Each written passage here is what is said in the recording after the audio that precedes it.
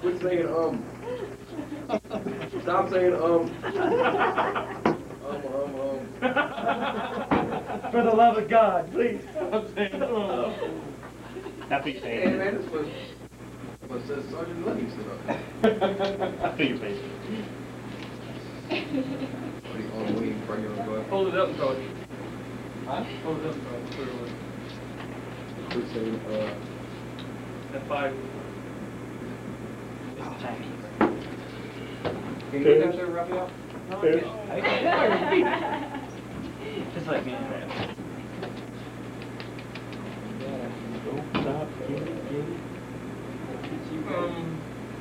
John. Johnny, baby. John Wayne. John J. John Wayne. John. Great job. Oh, great job. Great.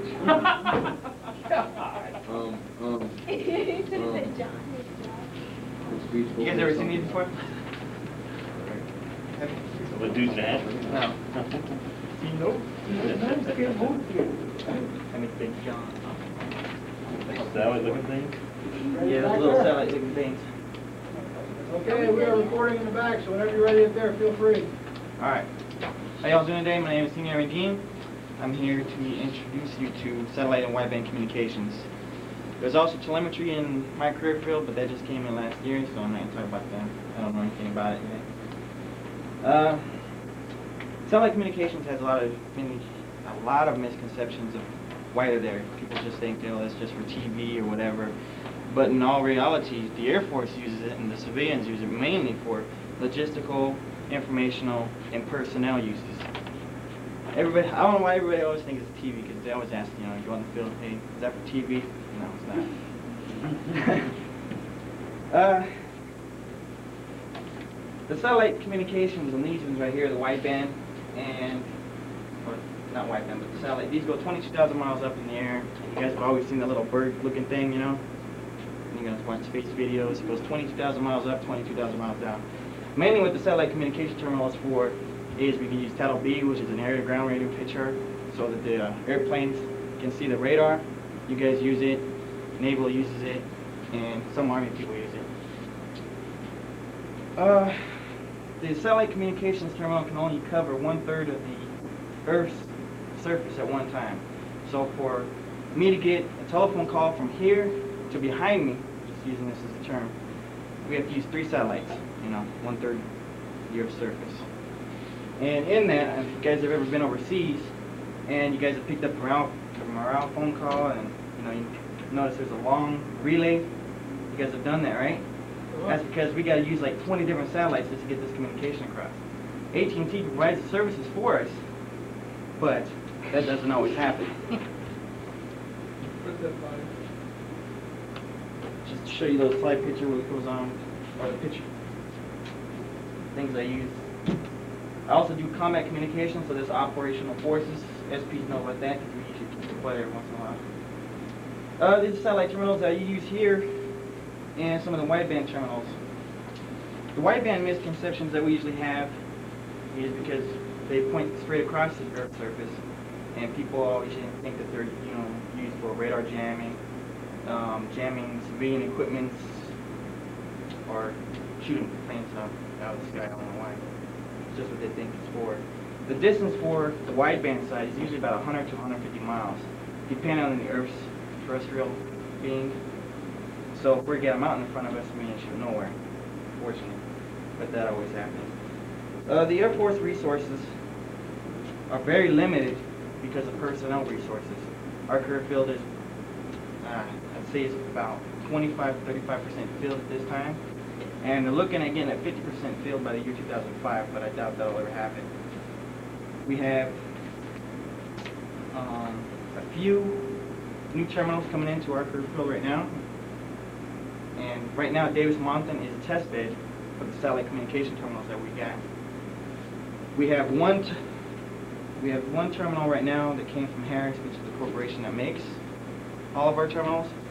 And we just tested that out, finished all the modifications for that, and they come out, they do our RF radiation checks, make sure they're not radiating everybody. We have our radiation zones, and that requires less manning So by the year 2005, they say, 50 to 80% they can have filled up because the terminals require less people.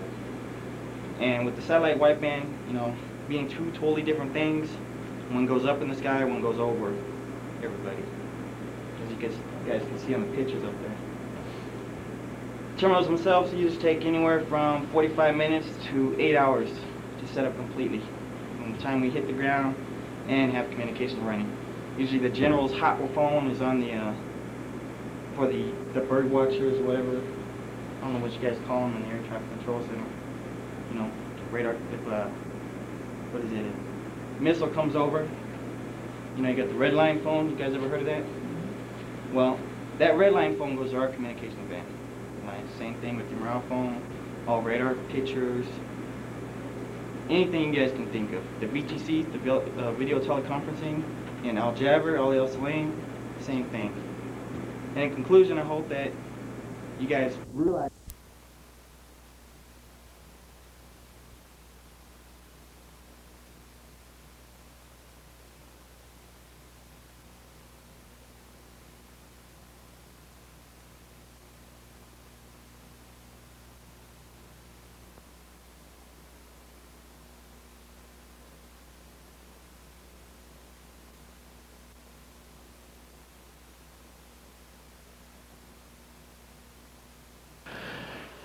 This is Shuttle Launch Control at T-minus 9 minutes and holding. Weather criteria continue to be observed go for the launch this morning.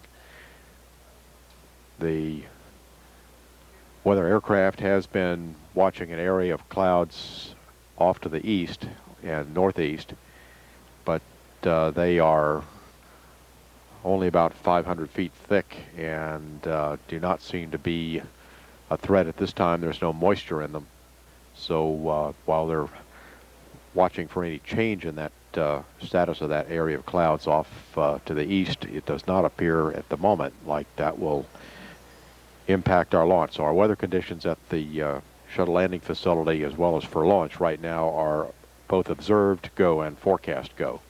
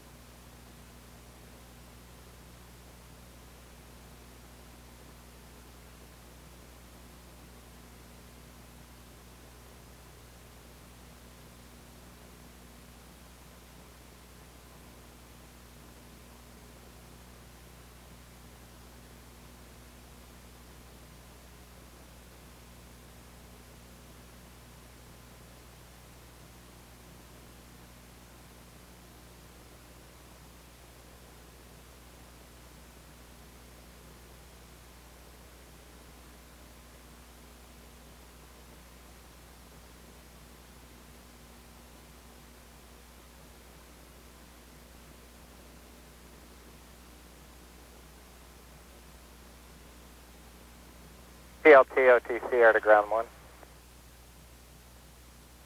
Go ahead, so PLT.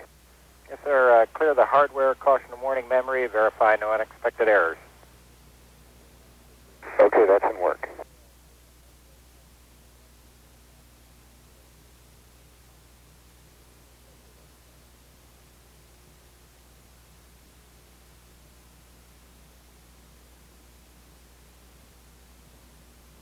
And OTC, PLT, caution warning is clear, no unexpected errors. OTC copies.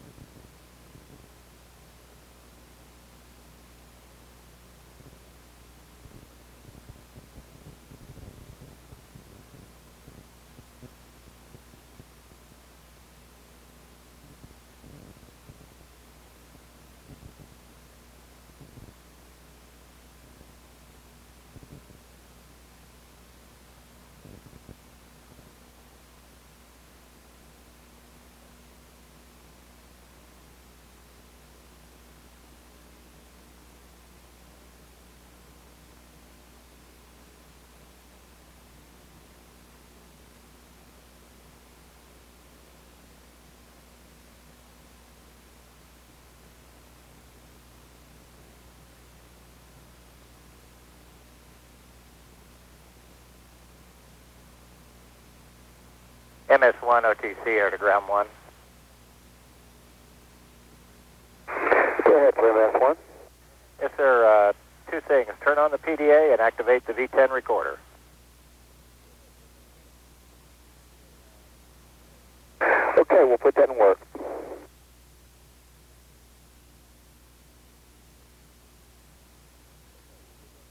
ISL, JRPS, and Houston Flight perform the L-15 recorder activation. ISL? ISO copies. JRPS? JRPS copy. Houston Flight. Flight copies. And PVD, we copy 1025.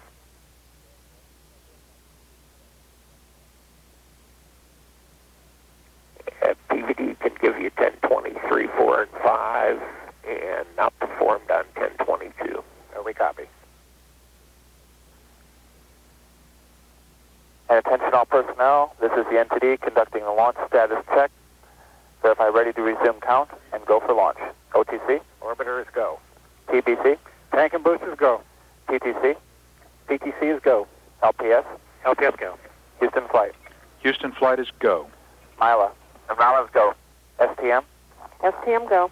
Safety Console? Safety go. SPE?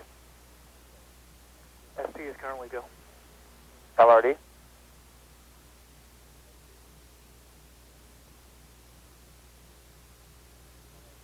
LRD NTD. Go ahead. Verify ready to resume count. Are you go for launch? We're working to contact at the moment. Copy. SRO?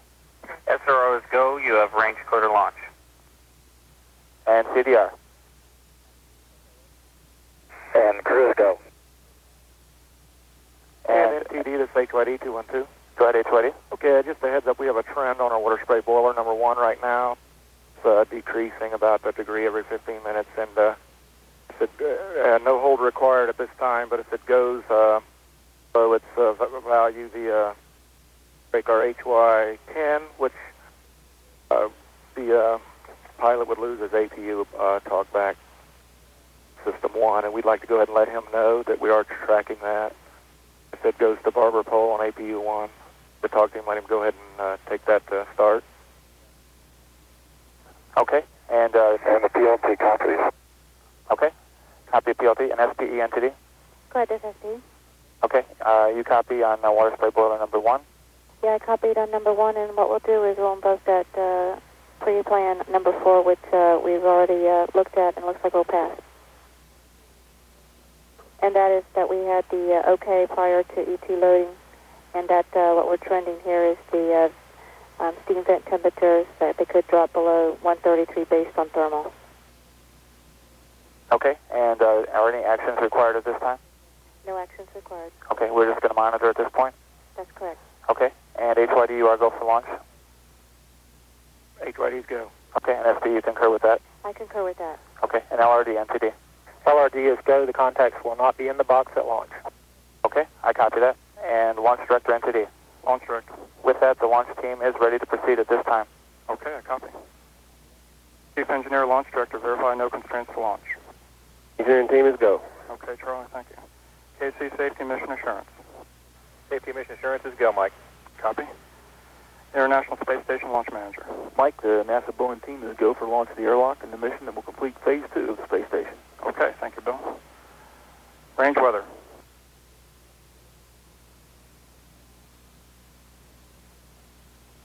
Range weather Launch Director, 212.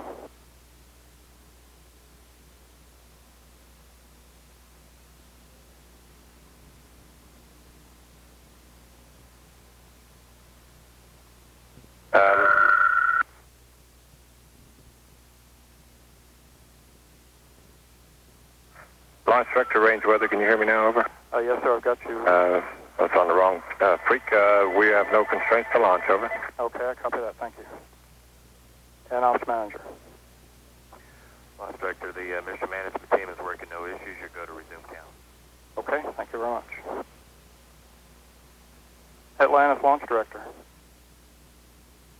Go ahead. Okay, Steve, looks like the vehicle and the weather has come together. So we wish you luck on the final assembly mission of Phase 2 of the International Space Station. Good luck and have a great flight.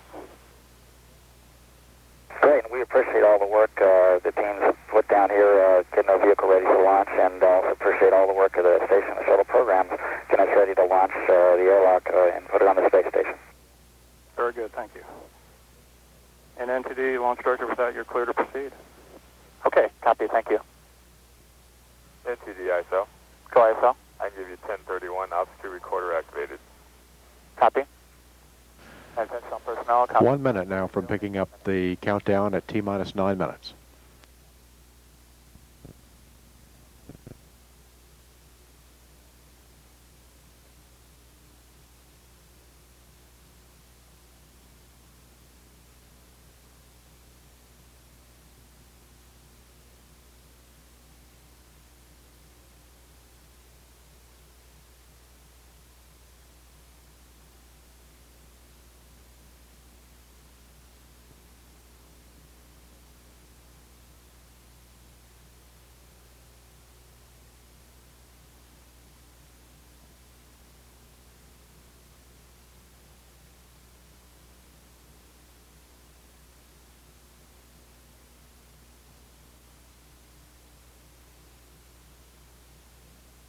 Countdown clock will resume on my mark.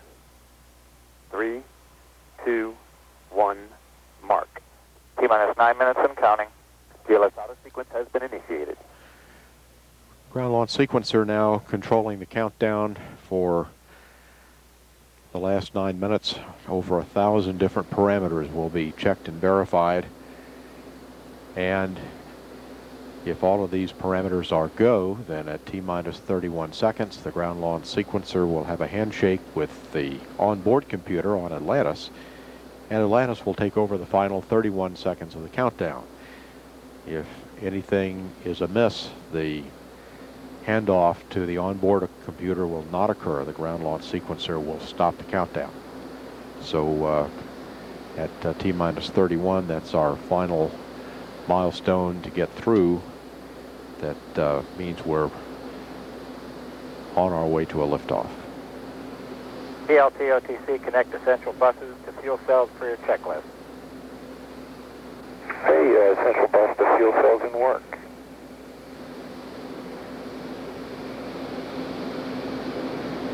Standing by to retract the crew access arm. PLT essential bus source to fuel cells complete. OTC copy.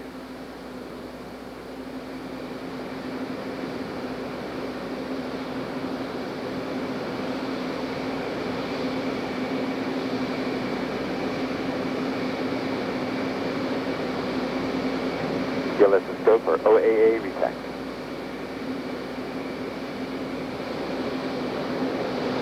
The access arm can be moved back into position in front of the crew hatch in about 30 seconds should an emergency occur.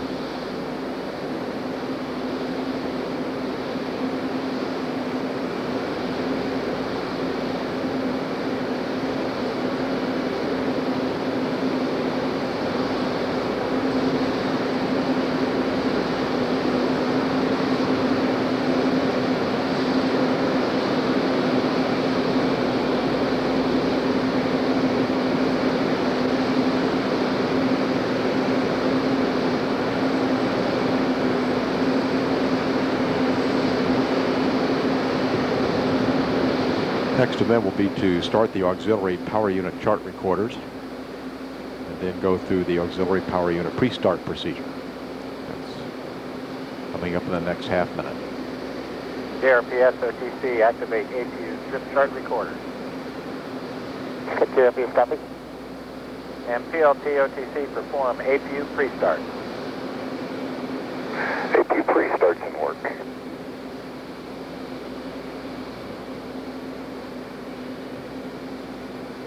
And then the auxiliary power units will be started at T-minus 5.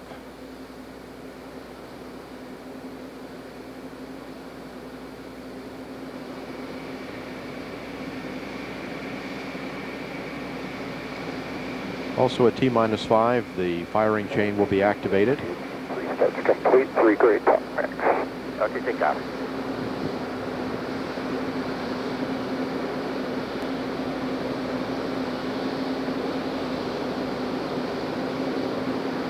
And also at T-minus 5, the range safety systems will be activated.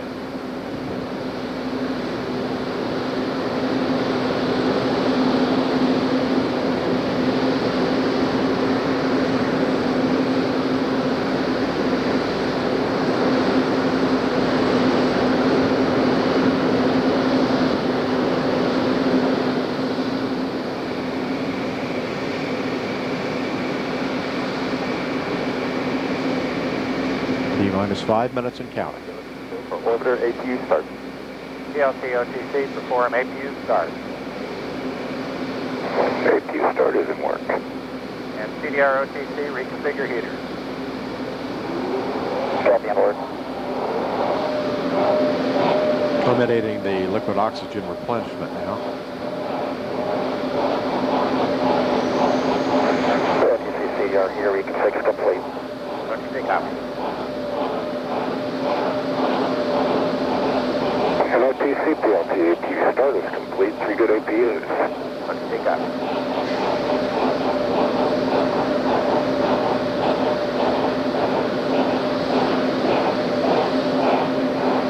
Preparing now to start the main engine helium purge sequence, which prepares the engines for their start sequence. And now we'll have aerosurface profile test. Gimbaling the engines and flight controls.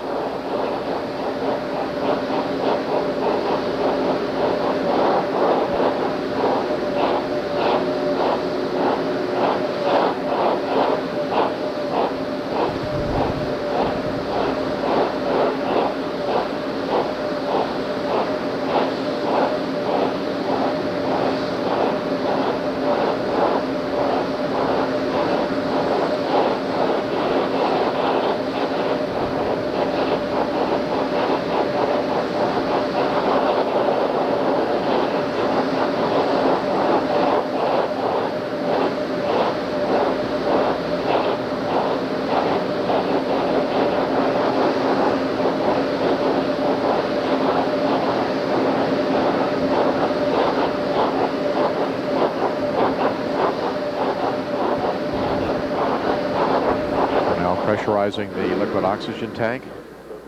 LO2 pressurization.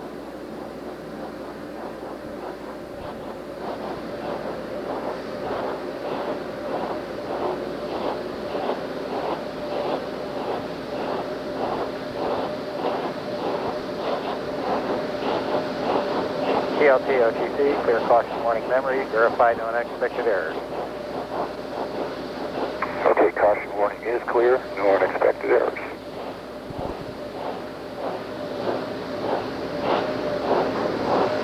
The gaseous oxygen fin hood is being retracted. Gate 02 flow. Copy and work.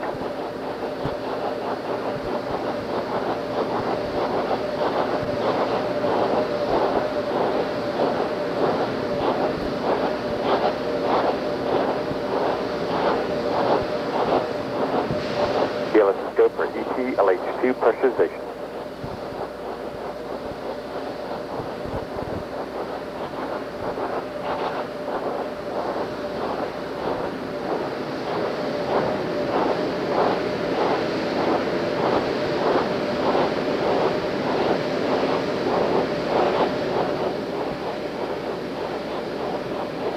One minute, 30 seconds.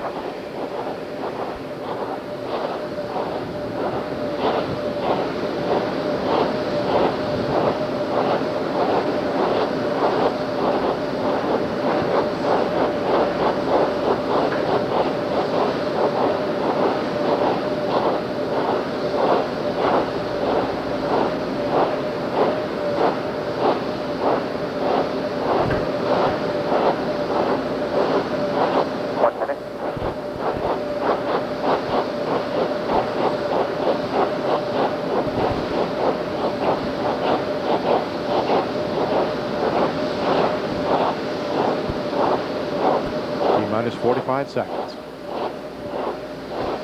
Preparing now for the ground launch sequencer to hand off to the onboard computers.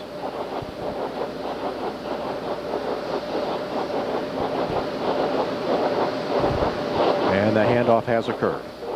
Sequence start. 25. Sound suppression water system is now being activated, arming the firing chain. 15. Safety inhibits are now removed. Launch ignition system is armed.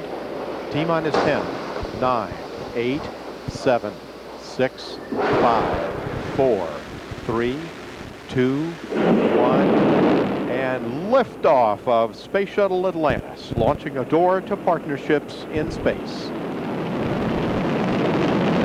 Houston now controlling the flight of Atlantis. Roll program. Atlantis, Houston, roger, roll. Atlantis into the roll, placing the shuttle in a heads-down wings level position for the 8.5-minute ride to orbit.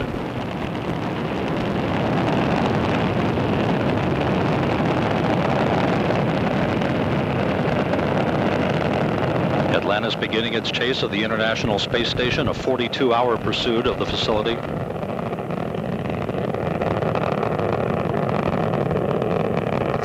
Seconds into the flight, Atlantis' 3 liquid fuel main engines now throttling back in a 3-step fashion to 72% of rated performance, reducing the stress on the shuttle as it breaks through the sound barrier.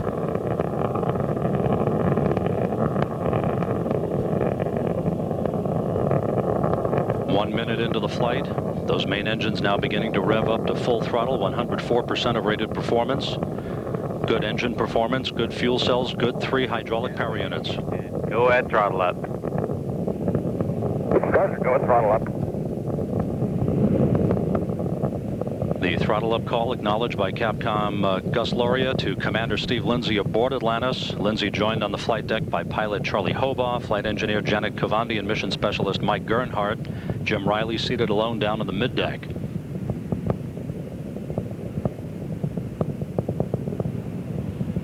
One minute, 36 seconds into the flight. Atlantis already 18 miles in altitude, 15 miles downrange from the Kennedy Space Center. All systems functioning perfectly at this moment.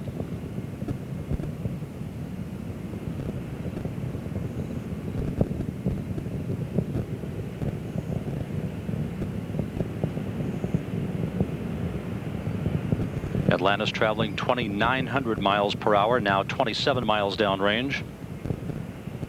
And a good solid rocket booster separation.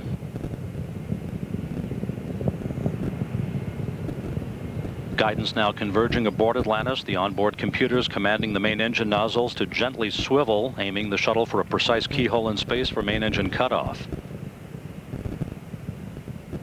2 minutes, 25 seconds into the flight. Atlantis, 2-engine TAL. Copy, 2-engine TAL. That call from Capcom Gus Loria indicating that if one main engine should fail, Atlantis could make a transoceanic abort to Zaragoza, Spain. However, all 3 main engines are performing flawlessly. A perfect start to the 10th assembly flight to the International Space Station.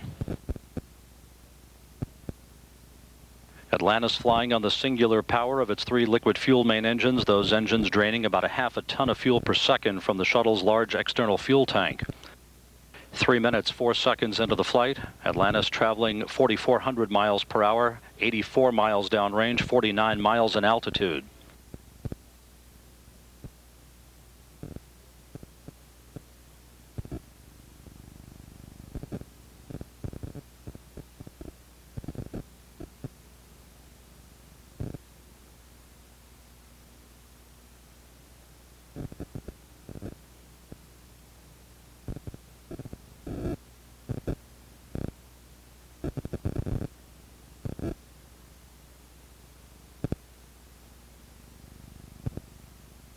Three minutes, 45 seconds into the flight, the flash evaporator system activated on board Atlantis to provide avionics cooling until the opening of the payload bay doors 1 hour and 25 minutes into the flight.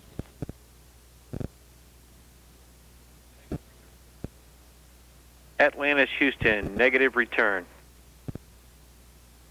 Copy, we're negative return.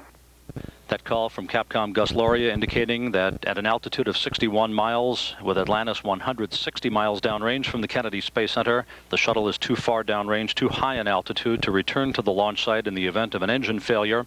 However, all 3 main engines tracking right down the pike as Atlantis heads for the International Space Station and a docking Friday night.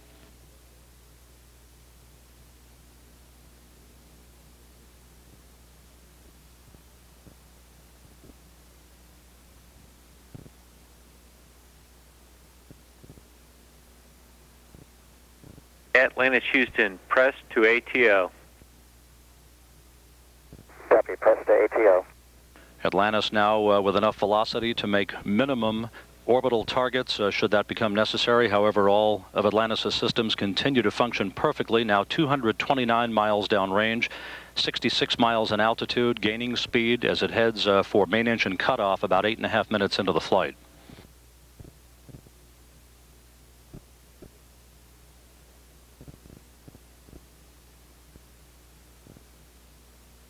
About 30 seconds from now, Atlantis will be rolling to a heads-up position above its external fuel tank to improve communications with the tracking and data relay satellite system. All of Atlantis' systems in excellent shape, 289 miles downrange from the Kennedy Space Center, a gleaming star lighting up the pre-dawn skies of the Kennedy Space Center this morning. Atlantis, Houston, single engine, Ops 3. Copy, single engine, Ops 3.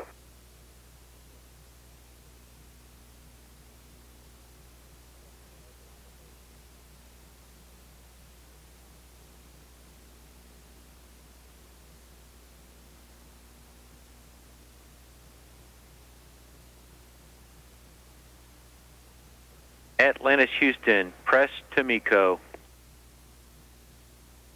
Copy, press to MECO. Single engine Zaragoza, 104. Copy, single engine Zaragoza 104. Atlantis now flying on top of its external fuel tank, everything looking very good. No issues associated with this morning's ascent to begin the 4th shuttle flight of the year. Atlantis now can make normal main engine cutoff targets in the event of a main engine failure. However, all 3 main engines are functioning perfectly, as are the fuel cells and hydraulic power units. 6 minutes, 45 seconds into the flight, Atlantis 480 miles downrange, 66 miles in altitude, traveling more than 10,000 miles an hour. Atlantis, single engine press, 104. Copy, single engine press 104.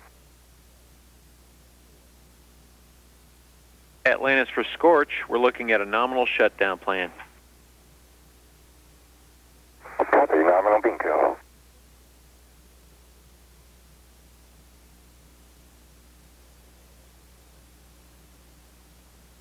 Main engine cutoff forecast at the 8-minute 26-second mark into the flight, about 1 minute from now. Atlantis' main engines will soon be throttled down to limit the stress on the shuttle and its 5 astronauts to that of 3 times the effective gravity. Atlantis currently traveling at a speed of more than 4 miles per second.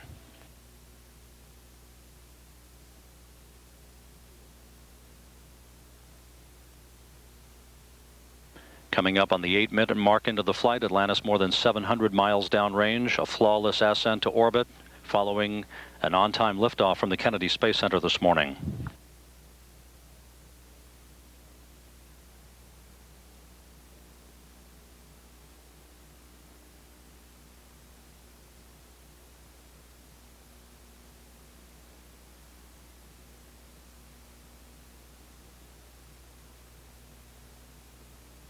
Standing by for main engine cutoff.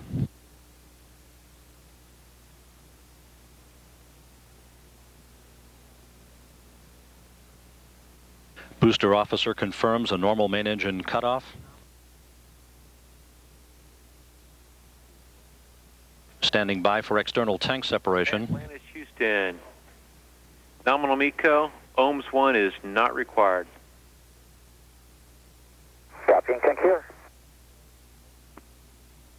And Atlantis' external tank has been jettisoned. So Atlantis now in its preliminary orbit.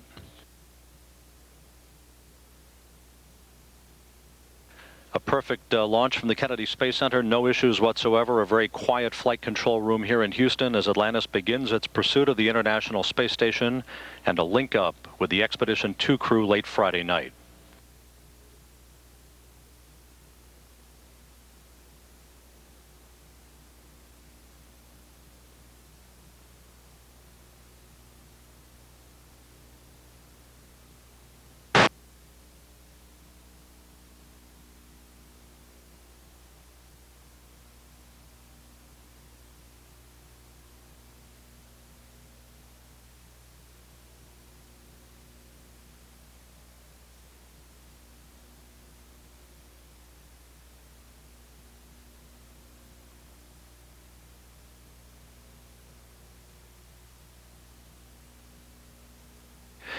Here in the Space Shuttle Flight Control Room at the Johnson Space Center, Flight Director Wayne Hale having presided over an uneventful ascent to orbit for Atlantis this morning as the crew begins the procedures to shut down the hydraulic power units and to begin configuring on-orbit systems. We'll be switching soon back to the Kennedy Space Center for launch replays, but in essence, no issues being worked by the flight control team here in Houston. Down the hall in the International Space Station Flight Control Room, the space station crew has been informed of the launch of Atlantis, that they will soon have visitors about 42 hours from now as they prepare for the arrival of Atlantis and the joint airlock named Quest, which will provide a portal to space, a 2-chambered module that will enable spacewalks to be conducted from the International Space Station by future station crews without the presence of a shuttle required.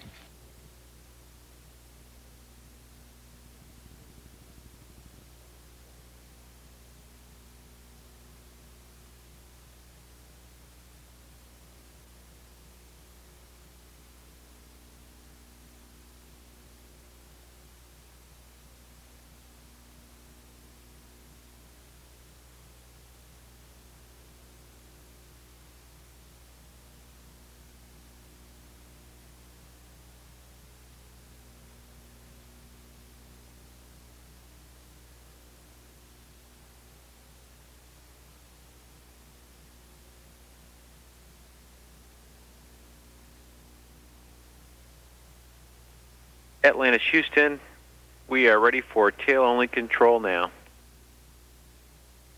Copy, we'll put that on work.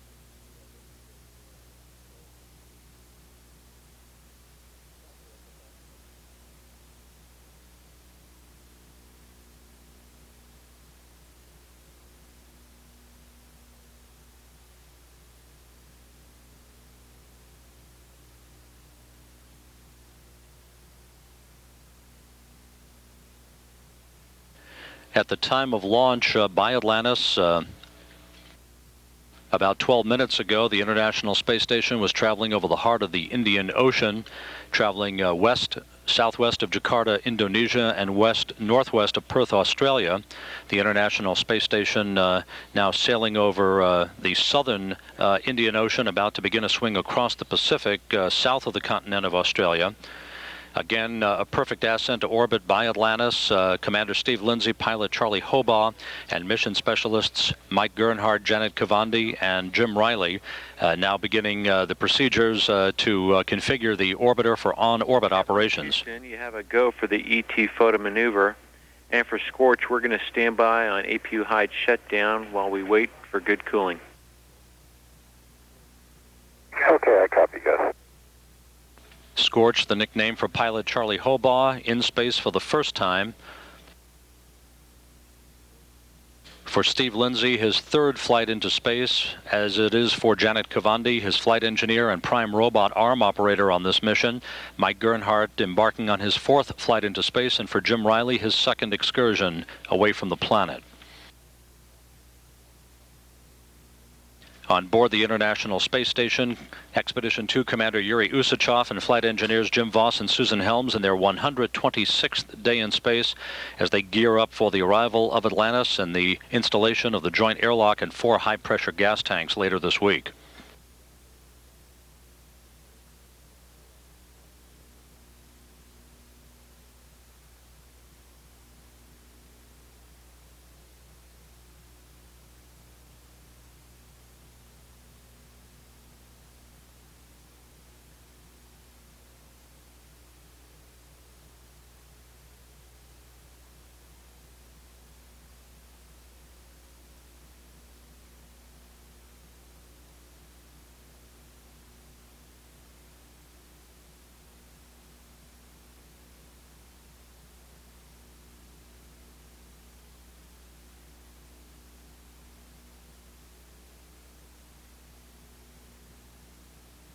Atlantis, Houston, your nominal onboard OMS 2 targets are good.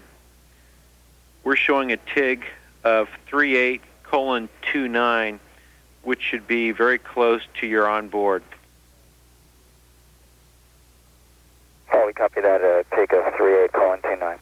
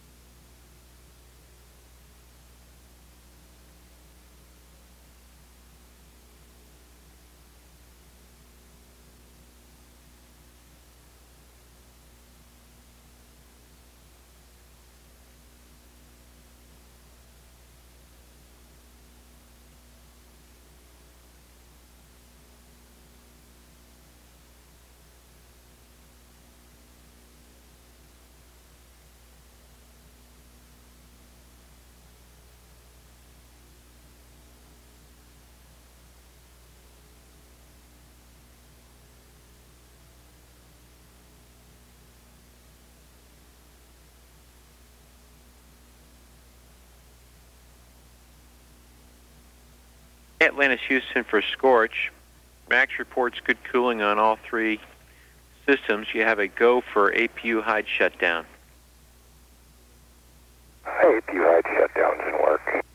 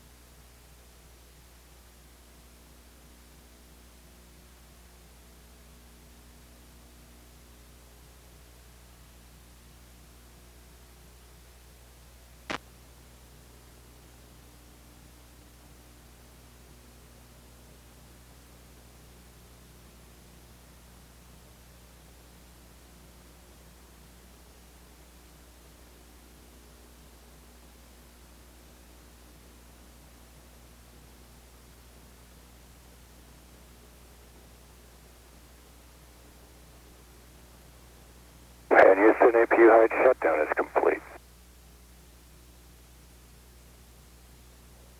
Atlantis, we copy. Thank you.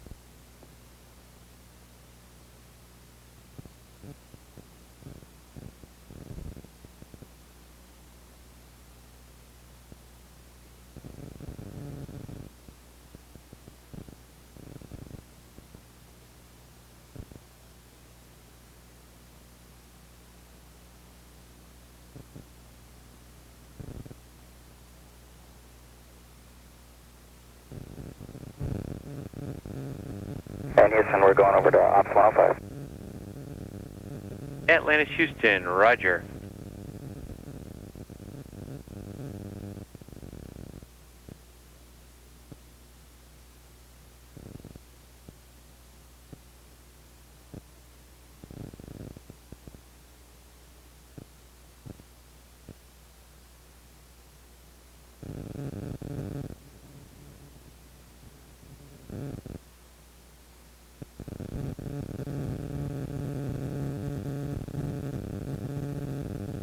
Atlantis, Houston for Scorch.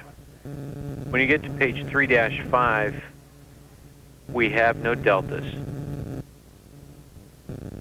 Okay, no deltas to 3-5, and I'll put that in work now.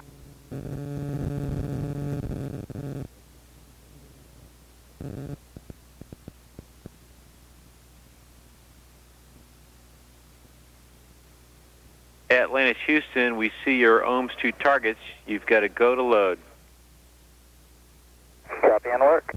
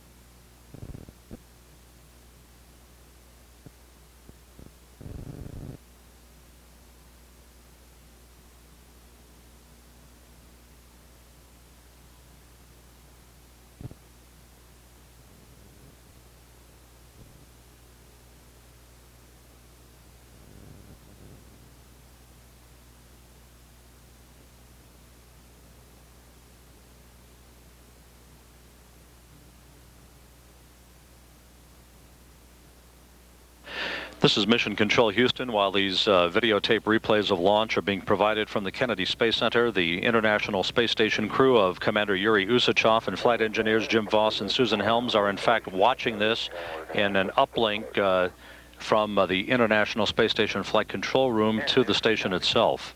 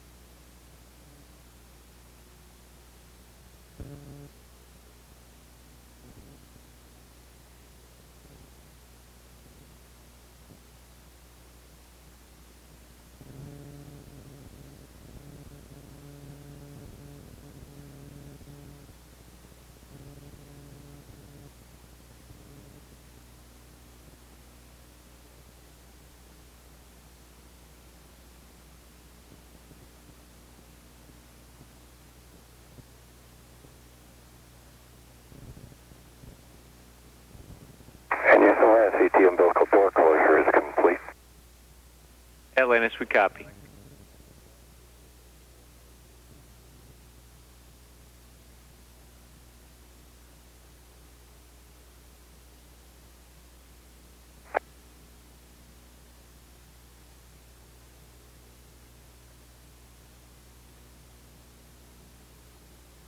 Atlantis, Houston, for the commander.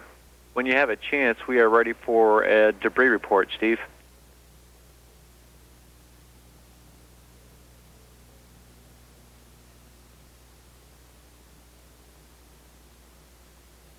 Okay, copy that. And before we do that, do we have a go-to maneuver? Affirmative. You have a go-to maneuver.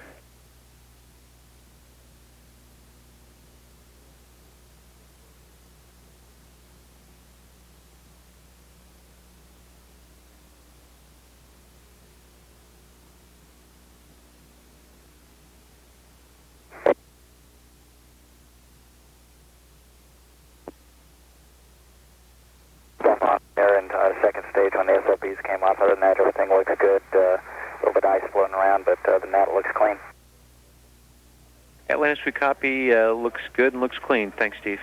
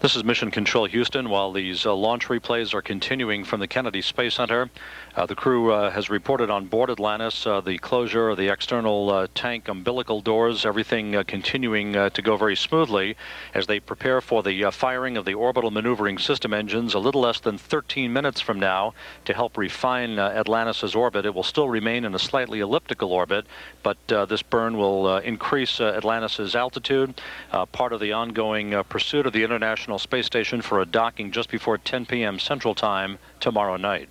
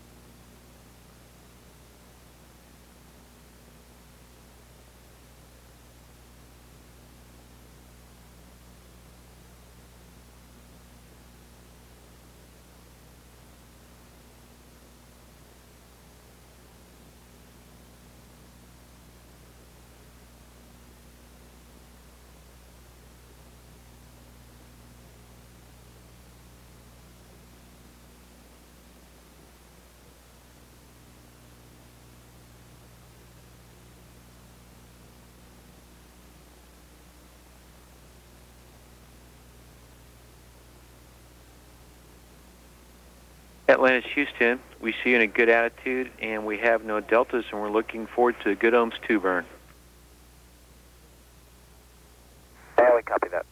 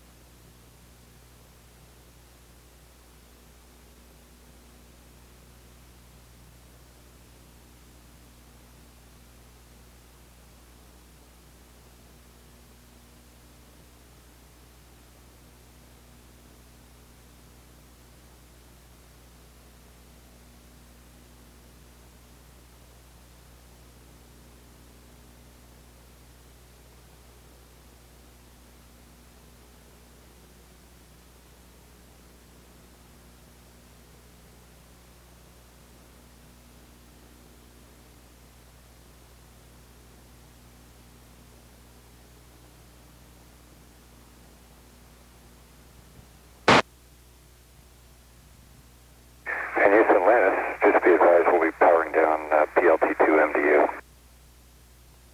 Atlantis, we copy.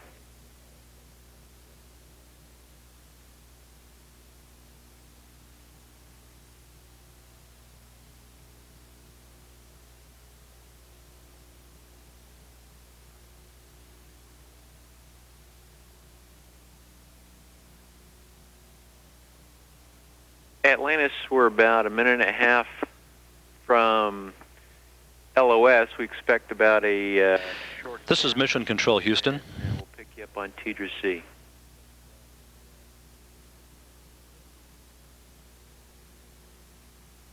Yeah, we copy that, Houston. Here in the shuttle flight control room, Flight Director Wayne Hale in the middle of your picture, having presided over a flawless launch of Atlantis, beginning its pursuit of the International Space Station at this hour. The launch occurring on time at 4:04 a.m. Central Time, about 32.5 minutes ago. Hale is joined on console by Capcom or spacecraft communicator Gus Loria. The Orbit 2 team of flight controllers will be entering the flight control room here in about an hour to begin its handover. After on-orbit operations are established, the payload bay doors to be opened soon, within the hour, and the crew will then be given a go for orbital operations and an opportunity to climb out of their launch and entry suits. Atlantis and its 5 astronauts, Commander Steve Lindsay, pilot Charlie Hobaugh, and mission specialists Mike Gernhardt, Janet Cavandi, and Jim Riley, now en route to the International Space Station, traveling over Saudi Arabia, moving in a northwest to southeasterly direction that will carry them across the Indian Ocean a short time from now. They're preparing about 5 minutes from now for the firing of their orbital maneuvering system engines. This will be the so-called OMS 2 burn that will refine Atlantis's orbit to raise the altitude as well as increase both the apogee and perigee of the orbit. Atlantis will remain in an elliptical orbit as it begins its chase of the International Space Station, a 42-hour orbital ballet that will culminate with a docking at around 9:50 p.m. Central Time on Friday night. Down the hall in the International Space Station flight control room, the team of flight controllers, which has also been on duty since late last night, led by Flight Director Annette Hasbrook. She has been presiding over all of the station systems, now just seated in her chair to her right, spacecraft communicator Sandy Magnus. the astronaut who relayed to Commander Yuri Usachov and flight engineers Jim Voss and Susan Helms a short time ago the successful launch of Atlantis. They also were able to uplink the videotape replays of the launch that you just saw from the Kennedy Space Center.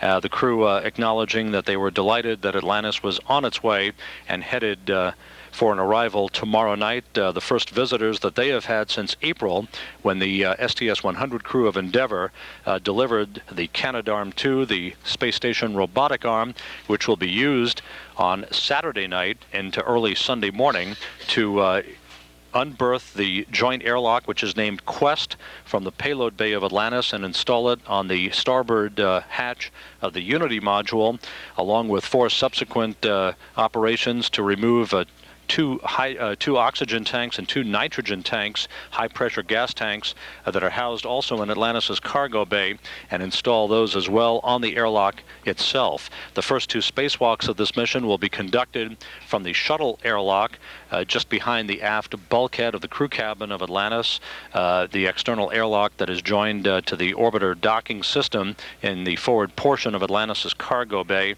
However, the 3rd spacewalk of this mission will be the first to be conducted out of that new airlock, the Quest as it is known.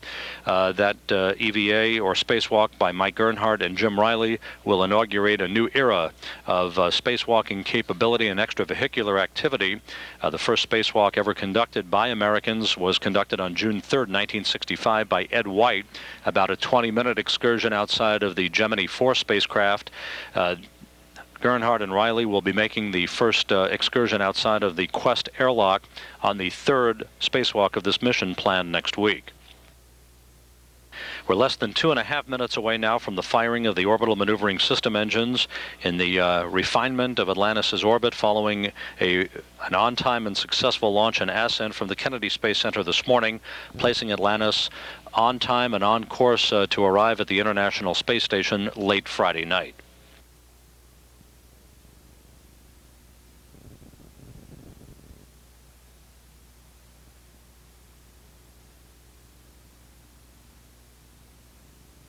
And Houston, Atlantis, we show ourselves in a good config for the burn. Atlantis, we concur. Good config for the burn.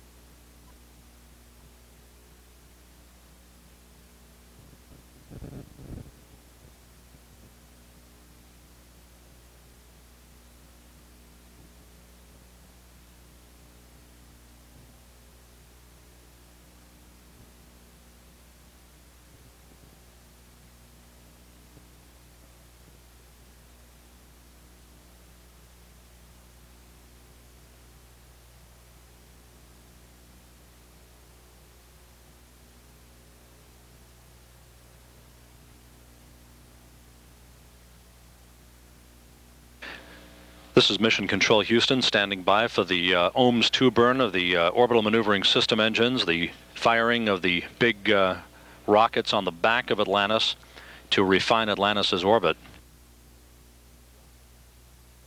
Propulsion officer reports that the OMS 2 burn is in progress. Good control reported by the guidance, navigation, and control officer here in Mission Control.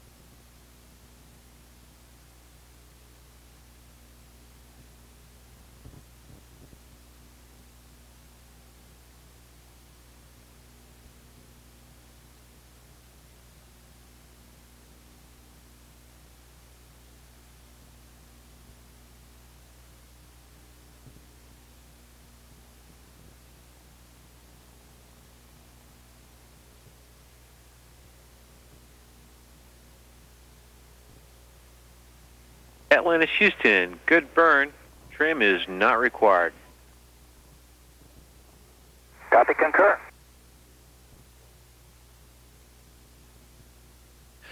With the successful firing of the orbital maneuvering system engines, Atlantis now flying in an orbit of 146 by 98 statute miles above the Earth. All of its systems in excellent shape. The auxiliary power units have been shut down, and the crew now will begin to configure computers and unstow gear as they await the opening of the payload bay doors. That to come in about 45 minutes or so. That will mark the start of formal orbital operations. A go for orbital operations will be given by Ascent Flight Director Wayne Hale after he's had an opportunity to poll his flight controllers here in the shuttle flight control room. Once the go for orbital operations is given to the crew, they'll then climb out of their launch and entry suits and begin to set up shop on orbit. In what amounts to a very short workday, the crew will begin an 8-hour sleep period around 9 a.m. Central Time this morning. They'll be awakened at about 5 p.m. Central Time this afternoon to begin their first full day in orbit. Their work on Thursday night into Friday morning will consist of all of the preparatory work prior to the docking of Atlantis to the International Space Station late Friday night. That work to consist of the checkout of the 3 spacesuits that are on board, 2 of which will be used by spacewalkers Mike Gernhardt and Jim Riley during their 3 excursions outside of Atlantis around the International Space Station. The first 2 to emanate from the shuttle's airlock, and the third to be an historic spacewalk, the first out of the new joint airlock named Quest, after it is installed and activated on the Unity module of the International Space Station later this week. On Thursday night into Friday morning, the crew will also check out the shuttle's robot arm, the Canadian-built robot arm. Janet Cavandi, the flight engineer, is the prime robot arm operator on this flight. Post-burn reconfig is complete. Atlantis, we concur, Scorch, good config, thank you.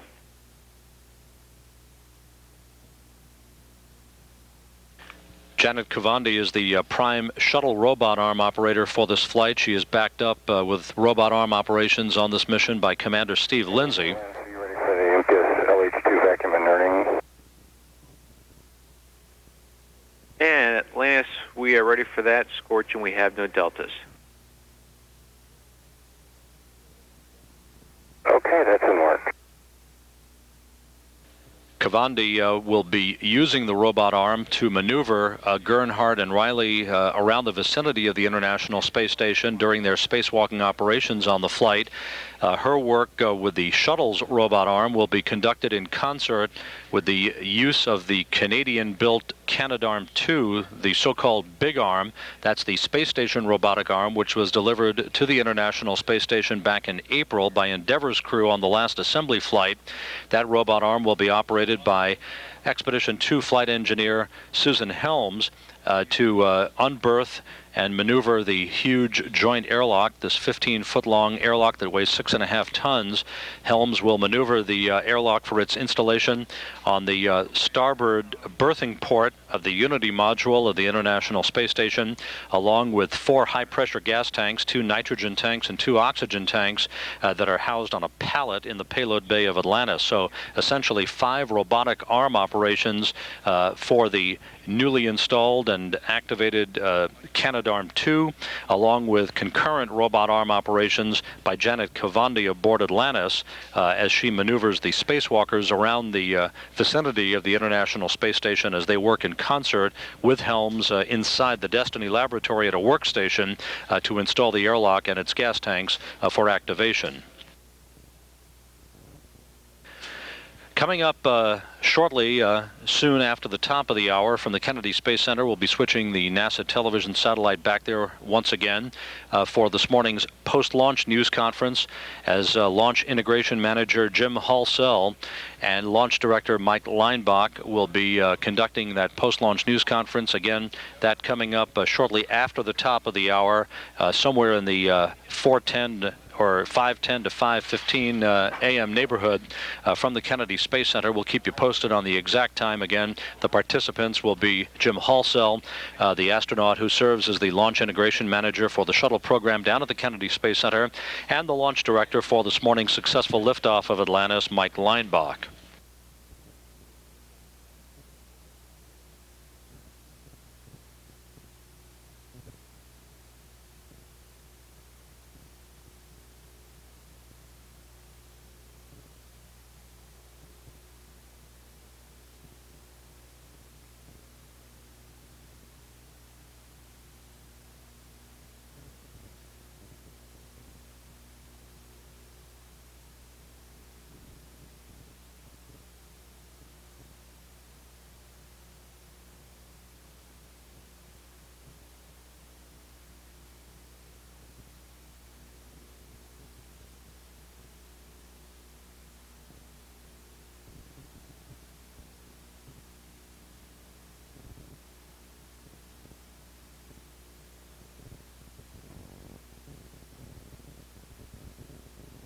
And Houston, we're going to Ops 106. Atlantis, Houston, we copy.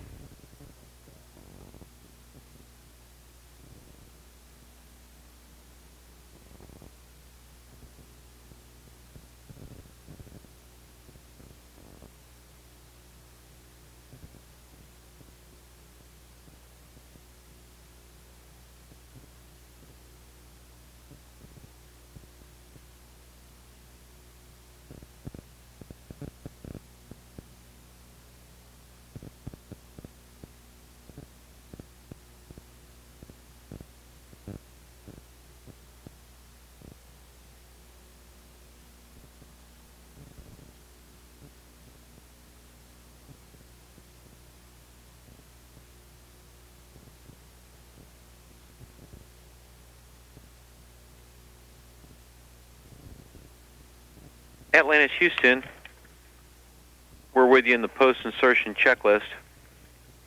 I have 1 Delta for Block 1, Step 8.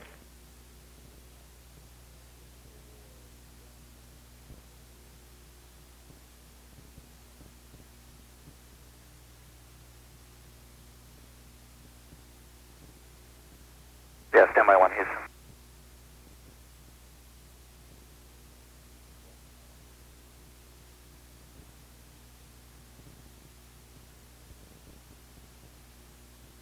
Atlantis, Houston, in Step 8, prior to the GPC CRT SM GPC4 execute step, we'd like to have you give us a GPC CRT 04 execute.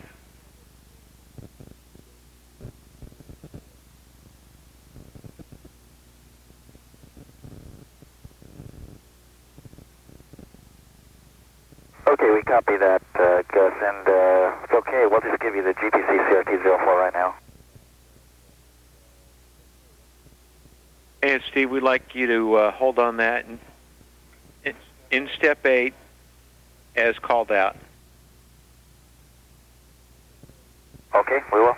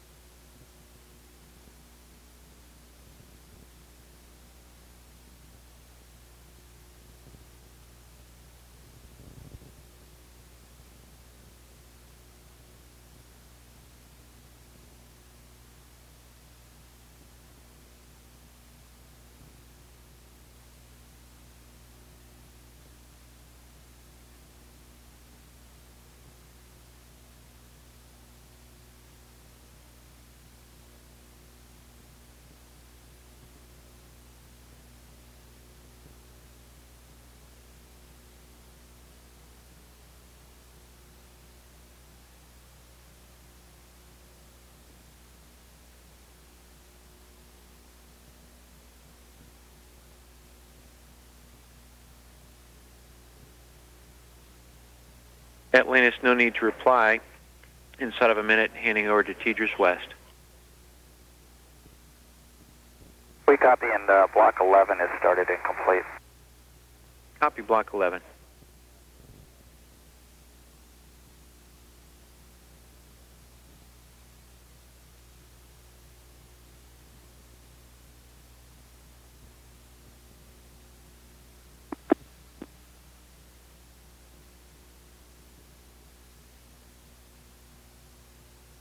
This is Mission Control Houston aboard Atlantis. The crew, led by Commander Steve Lindsay, continuing to configure onboard computers and other systems for on-orbit operations as they prepare for the opening of the payload bay doors about 35 minutes or so from now.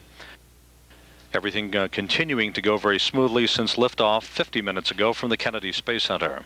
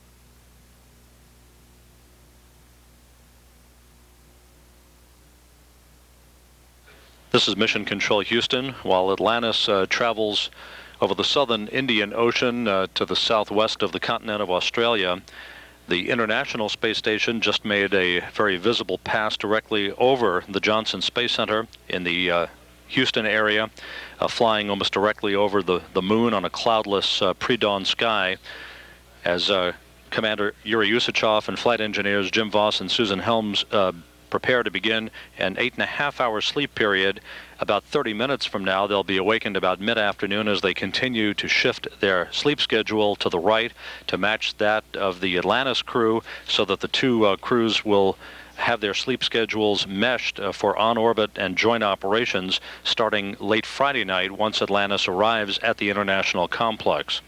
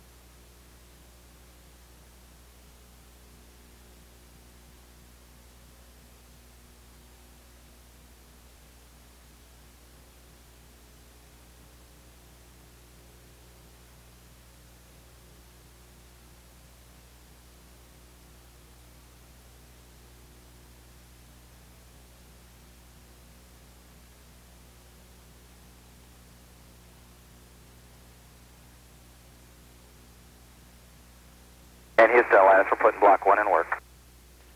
Atlantis, Houston, roger.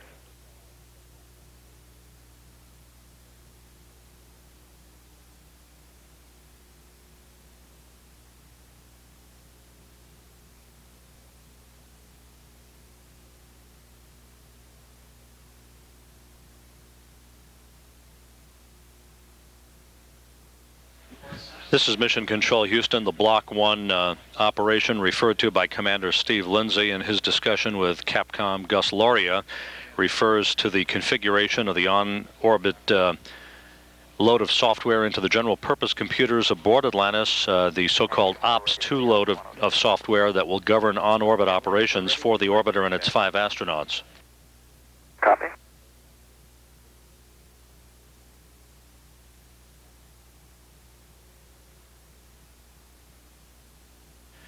To recap, with clouds cooperating and the weather having come into line down at the Kennedy Space Center, Atlantis rocketed into space 55 minutes ago at 4:04 a.m. Central Time, 5:04 Eastern Time, to begin its pursuit of the International Space Station, which at that time was traveling over the central Indian Ocean. 8.5 minutes later, Atlantis settled into orbit following an uneventful climb to orbit, including the first performance of the new Block 2 engine on the orbiter. Once in orbit, Atlantis' crew began the process of configuring on-orbit systems and also conducted the firing of the orbital maneuvering system engines to further refine Atlantis' path to the International Space Station and their own orbit. They're currently traveling in an orbit slightly elliptical of 146 by 96 statute miles. A series of rendezvous maneuvers will ensue over the next 42 hours to bring Atlantis to its link up to the International Space Station on Friday night at about 9:50 p.m. Central Time.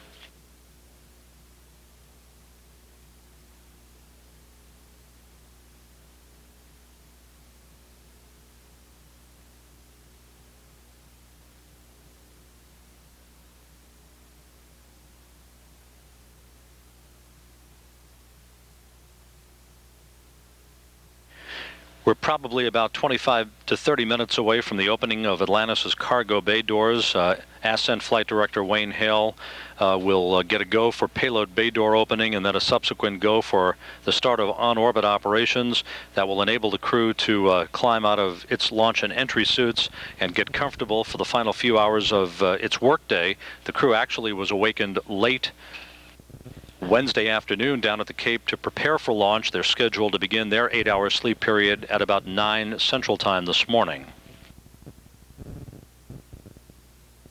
We also will be switching down to the Kennedy Space Center a short time from now for the post-launch news conference as Shuttle Launch Integration Manager Jim Halsell and Launch Director Mike Leinbach will field questions about this morning's flawless countdown and Atlantis' launch ascent to orbit to begin this 10th assembly flight to the International Space Station. Again, Launch Integration Manager Jim Halsell and Launch Director Mike Leinbach will be standing by a short time from now for the start of the post-launch news conference at the Kennedy Space Center. We'll be switching down there for that.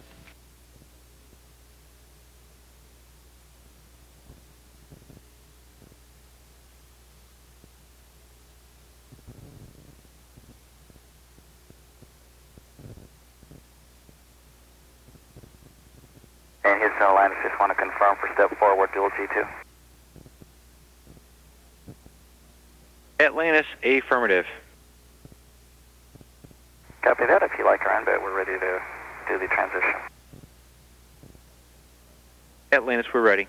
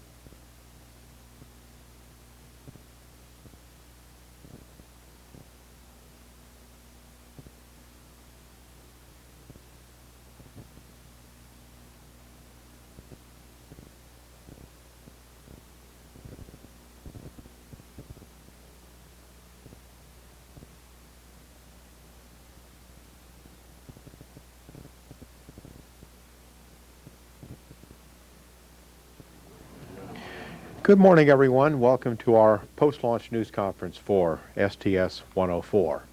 And here to discuss how the countdown went this morning is Jim Halsell, the Space Shuttle Program Launch Integration Manager, and Mike Leinbach, the Space Shuttle Launch Director at Kennedy Space Center. And we'll begin first with Jim.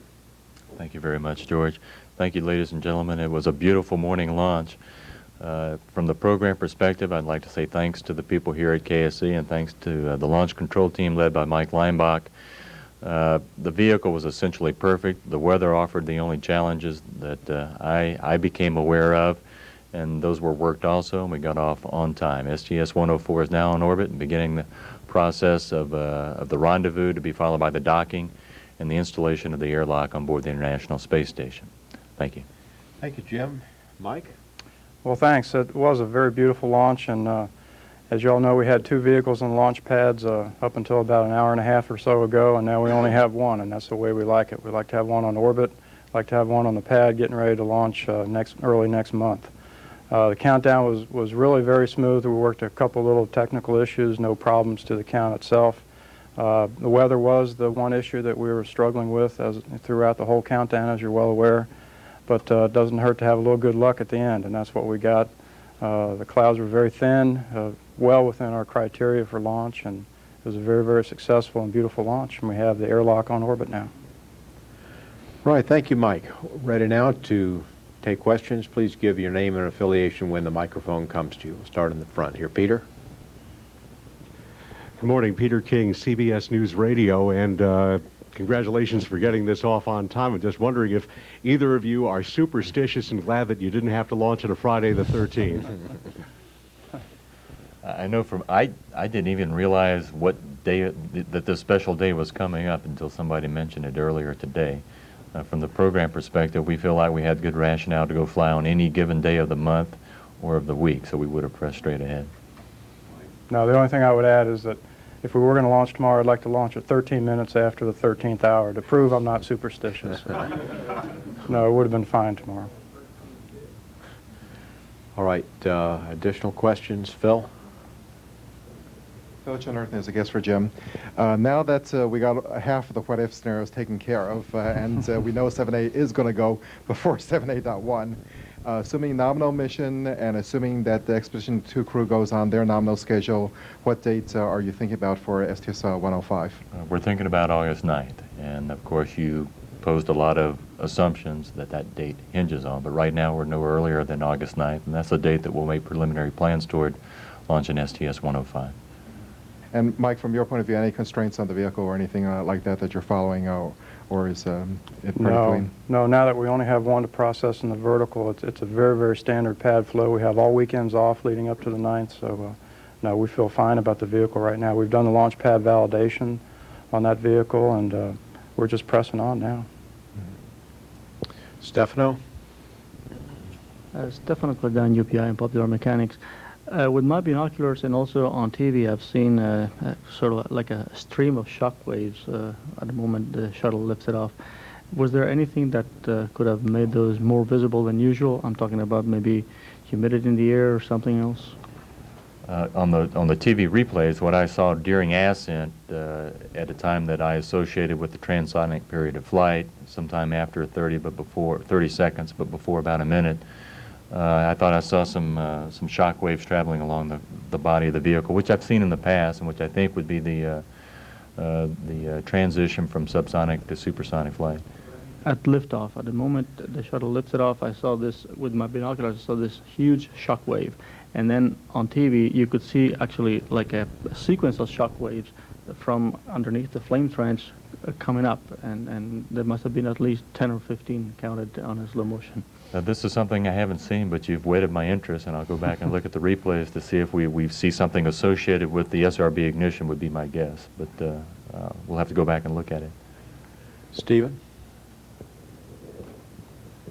Mike or Jim, I realize it's real early yet, but did you have any anomalies with the new engine and the new turbo pump? We did a real quick look after we reached orbit. Of course, the engine is where it belongs right now, and everything looked good from the quick look data that I received from the Marshall Space Flight Center. So, you know, pending obviously a good thorough review of the data, we'll have to reserve judgment, but it sure looked good to me. Jim? Oh. All right. All right. Any further questions then? That will conclude the briefing. Thank you. Thank you.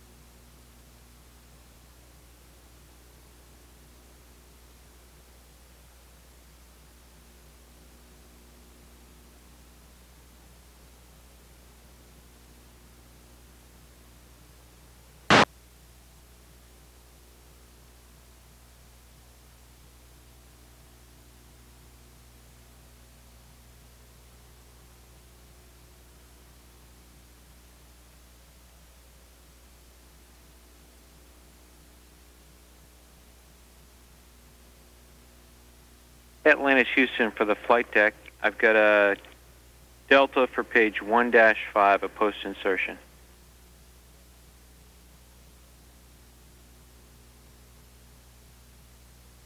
And we're ready to copy on 1-5.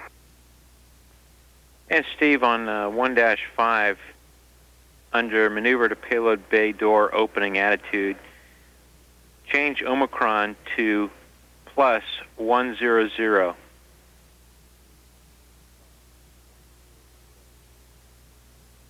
Copy, we'll change Omicron to plus 100.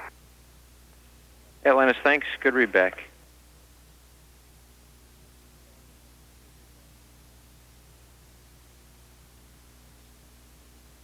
And Houston, I assume you want that maneuver on time at 112. And Atlantis, Steve, affirmative, on time, sir. Okay.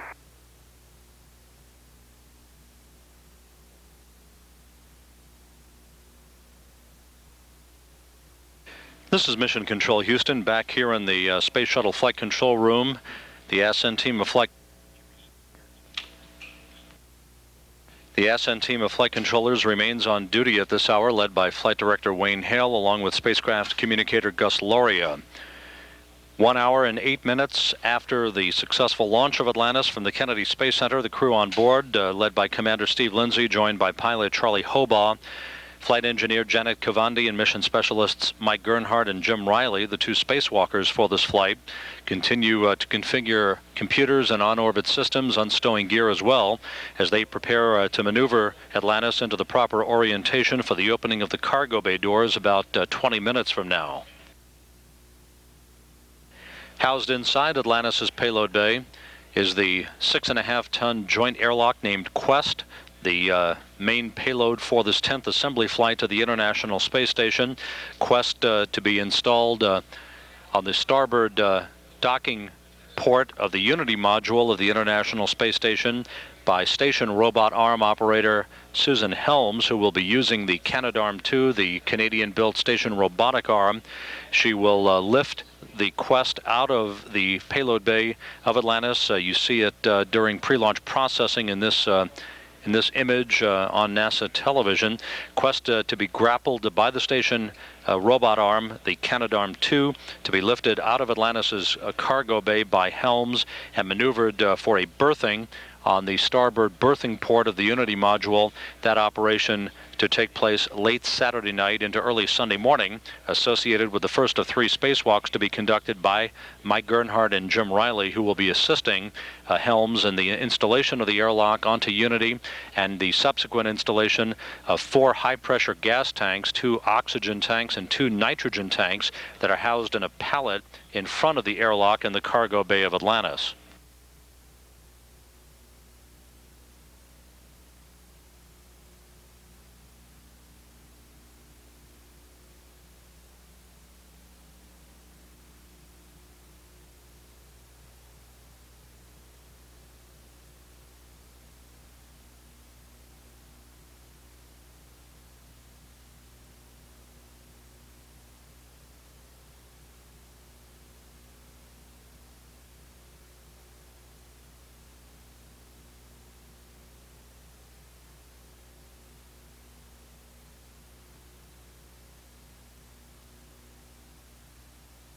Atlantis, Houston, we see the maneuver future loaded. We'd like you to ensure that DAP A6 has been loaded prior to kicking that off. Copy that.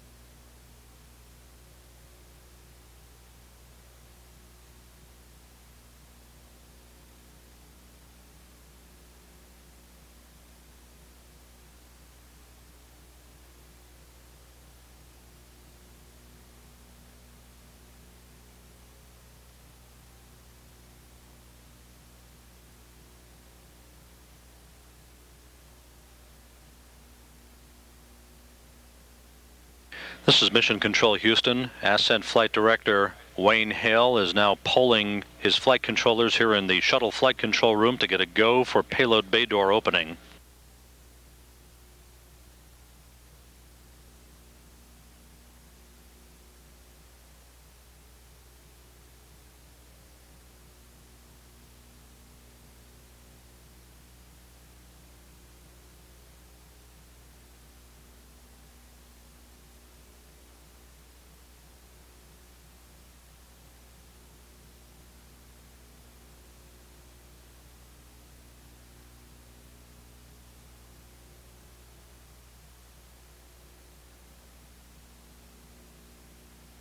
The Guidance, Navigation, and Control Officer here in Mission Control reports that Atlantis is now being maneuvered into the correct orientation for payload bay door opening.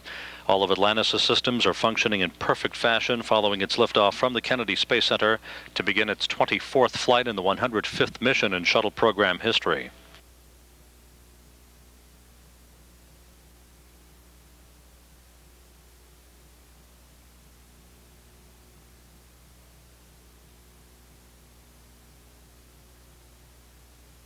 And Houston, ready for the airlock reset. Atlantis, Steve, we are ready for those. Copy.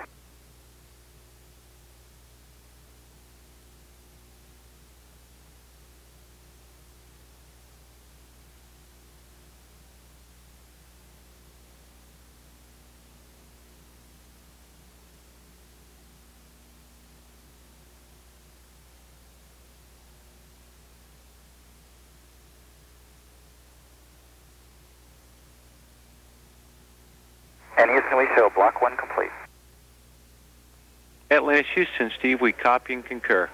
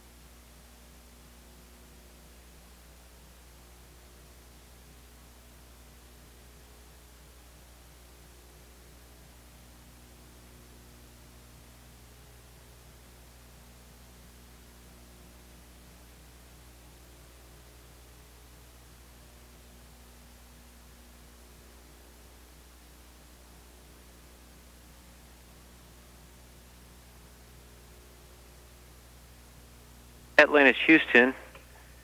We'd like to confirm that someone has Block 4 in work.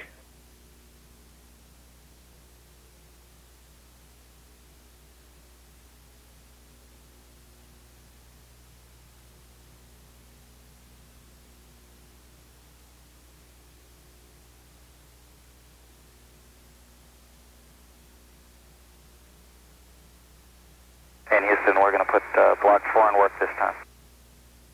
Atlantis, we copy. Thank you.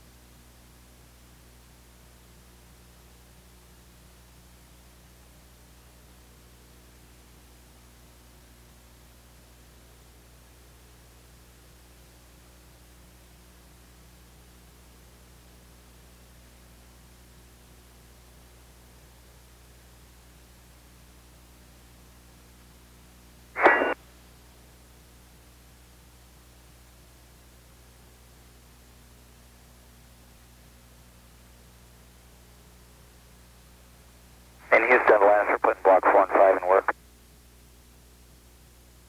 Atlantis, we are ready.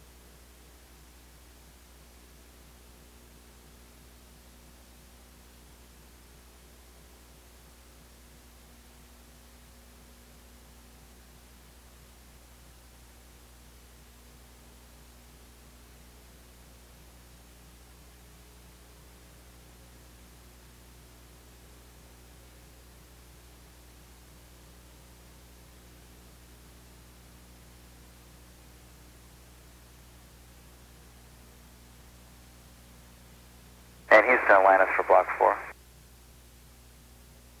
Atlantis, go ahead for Block 4.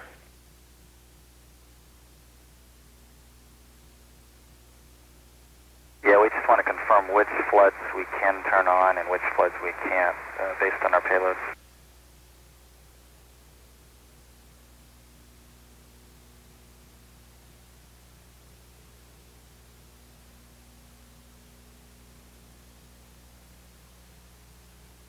Atlantis, Houston, we've confirmed that you can go ahead and work the A7 upper steps as written. Okay, copy. We'll work them as written.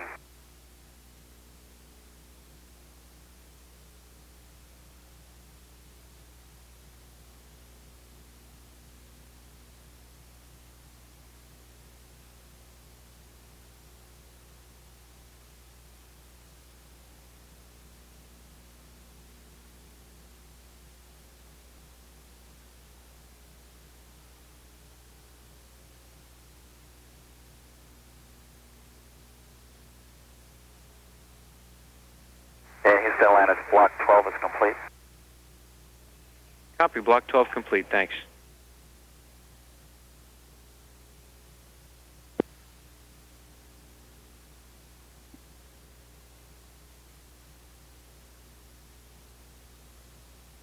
This is Mission Control Houston. The crew aboard Atlantis completing preparations for the opening of the payload bay doors a few minutes from now. That will expose to the vacuum of space for the first time the joint airlock named Quest and the 4 high-pressure gas tanks that will be affixed to Quest during space station robotic arm operations throughout the course of the dock mission between Atlantis and the International Space Station. The docking to occur late tomorrow night at about 9:50 p.m. Central Time. And Houston, Block 5 is complete. Atlantis, we copy and concur. Block 5 complete. Thank you.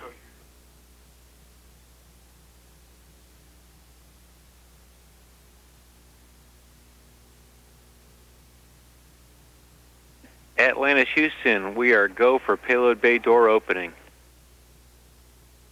Will we copy?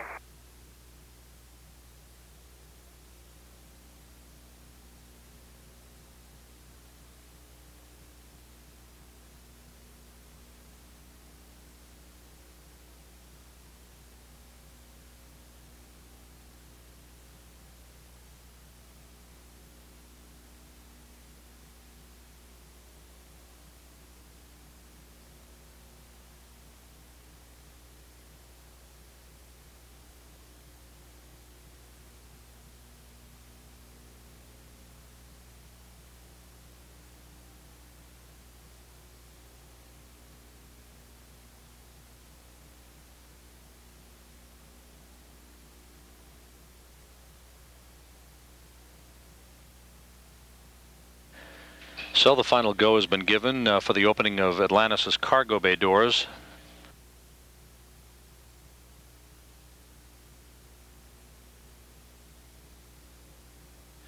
This all taking place as Atlantis crosses the equator to begin the second orbit of this mission following its launch from the Kennedy Space Center about an hour and a half ago. About 9 minutes from now, Atlantis will be passing directly over Houston. About a 1 minute pass with a maximum elevation of about 16 degrees, approaching from 17 degrees above the horizon, west-northwest, moving to 16 degrees above the horizon, north-northwest. Again, sighting opportunity for Houstonians of Atlantis about 9 minutes from now. Aboard the International Space Station, the Expedition 2 crew, Commander Yuri Usachov and flight engineers Jim Voss and Susan Helms are just about to begin an 8.5-hour sleep period. They'll be awakened at mid-afternoon this afternoon, some 3 hours before the Atlantis crew is awakened, and that will be the next to last sleep shifting opportunity for the station crew. They'll shift one more time on Thursday evening into Friday morning. That will enable them to sync up in terms of their sleep shift with Atlantis for the joint mission that will begin with the docking of Atlantis to the space station on Friday night.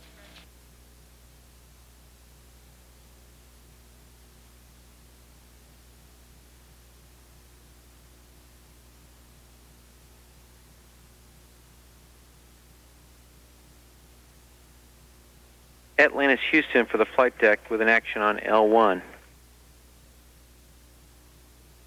Hey, go ahead for L1. And Steve, on L1, we need you to cycle a FES Pry B. Looks like it's shut down, so we'd like you to take FES Pry B to off and then back to on. Okay, copy. I'll take FES Pry B to off and then back to on. Roger, thanks.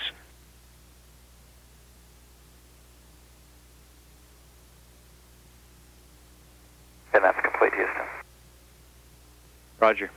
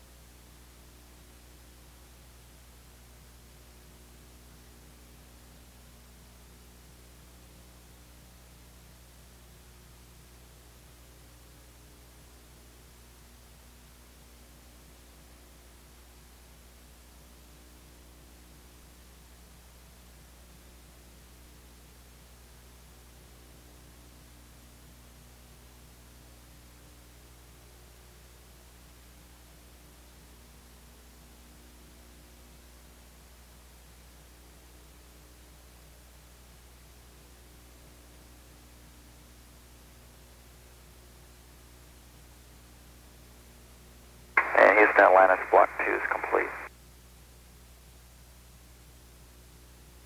Copy Block 2.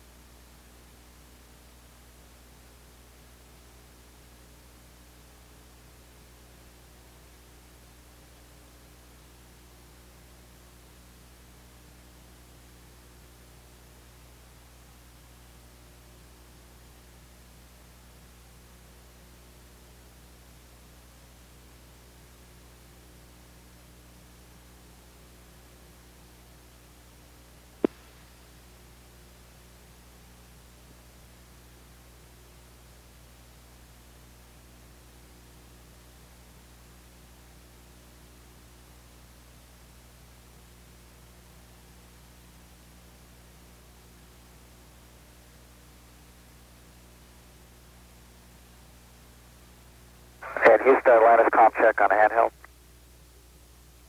Atlantis, we have you loud and clear on the handheld. We have you loud and clear also.